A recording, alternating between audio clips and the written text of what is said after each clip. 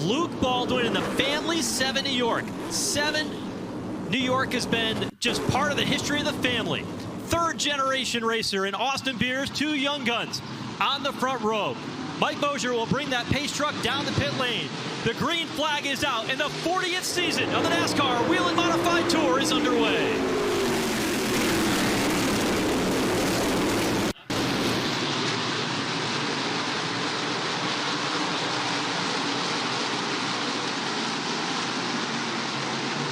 From the outside or from the inside of the front row, and the outside line to the lead, it is Luke Baldwin leading the freight train back into turn number 1. Austin Beers now closing up in 2, with Bonsignor advancing to 3rd, drop-kicking Craig Lutz moves up to 4th, and one driver losing time on the outside. That's Eric Goodale at the back of your screen. Well, I think a lot of people are already complaining about loose, and man, I just, it's going to be important to keep track position, and I want to focus. Ooh, that's not good. Kopchik out of shape, dancing, trying to keep that car pointed in the right direction, but he collects the outside wall with that left rear tire. And Kopchik started 3rd tonight, but he brings out the 2nd caution of the night. And boy, it looks like so has the 51 car, but the caution flag is out. First time of the night here tonight. And one driver spins. That's car number 55. And what a story he has been over the course of the last year, as a wild event at the last Speed Weeks for the driver of car number 55 of Jeremy Gershner. Jeremy Gershner, yeah.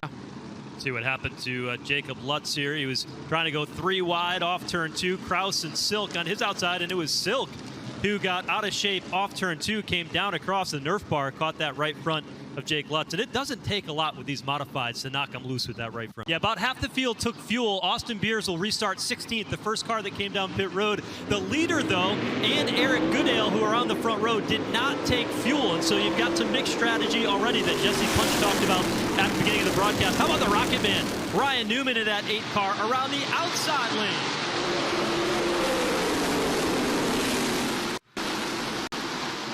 Newman settles into spot number 2, right behind your leader, Luke Baldwin, who's led basically from the drop with the green flag. Goodale actually showed in 2nd, followed by now Newman's up to 2nd, Goodale back to 3rd. Chase Dowling, 44, is up to 4th. Solid run for him. And how about pit strategy for Max Zackham? Started deep in the field. Car number 20 already inside the top 5. The 09 almost runs right out of steam. There's a nearly big trouble on the front straightaway. Caution flag is out, as the 81 involved in this one, and it looks like the 14's right behind him. There's a couple things happening. Chris Hatton got up and out of the groove. Tyler Berry got into him, and then Mark Stewart, who's used to racing at Riverhead Raceway, you've won a bunch of races there, got collected by Jacob Lutz a bit deeper in the field. Out under that cycle, Ryan Newman jumps out to the race lead.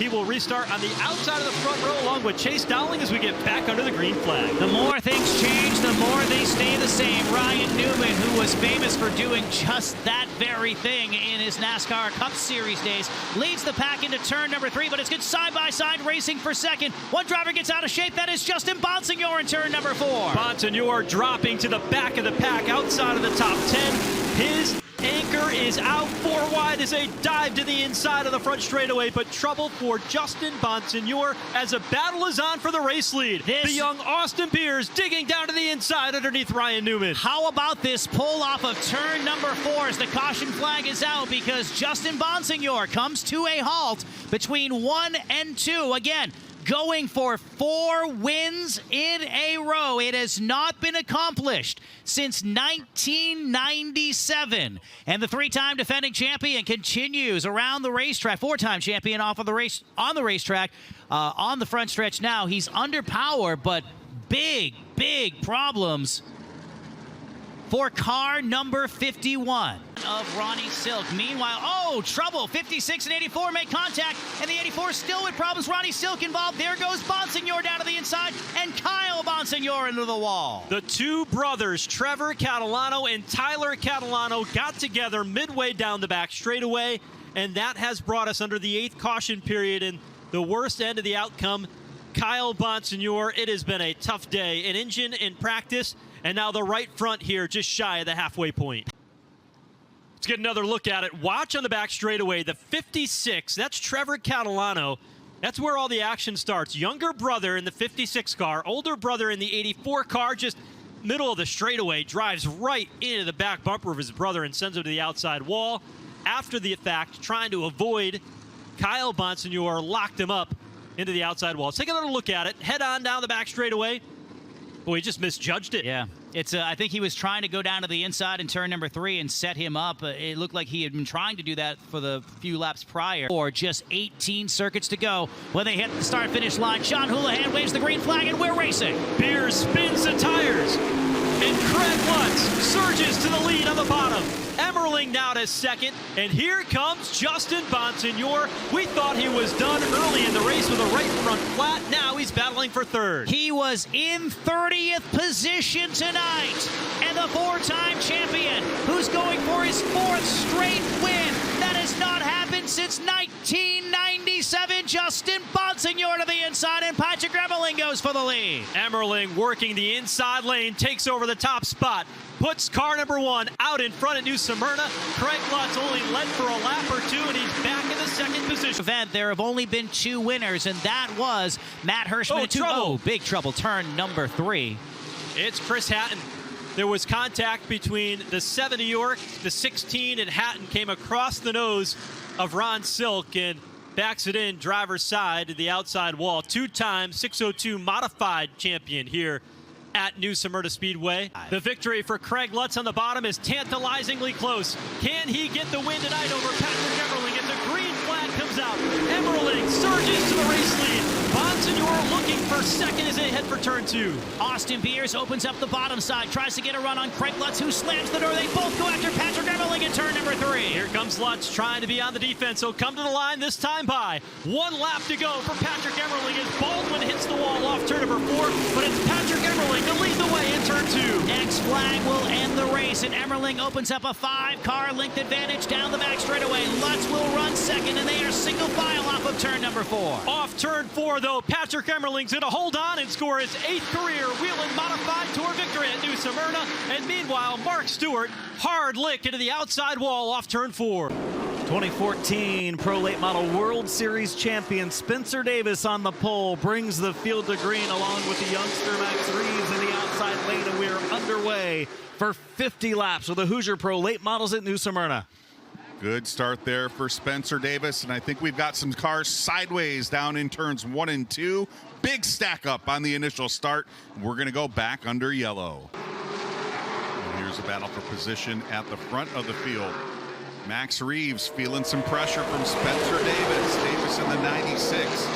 The Ben Kennedy Racing entry to the bottom side. He's got a couple of cars here this week. The Pro Late Model and the Super Late Model. Both painted identically.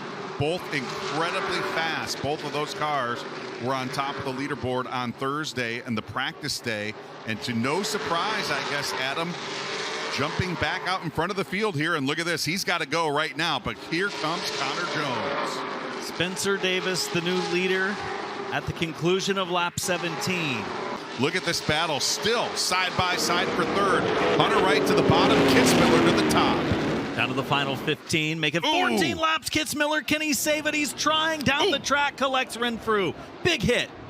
More cars collected. The 11 goes around. That Sargent sneaking through his Roberge. The 42, Eric St. July is down there as well. Lapsovich pulling away, but has rear end twisted around on that race car, I believe.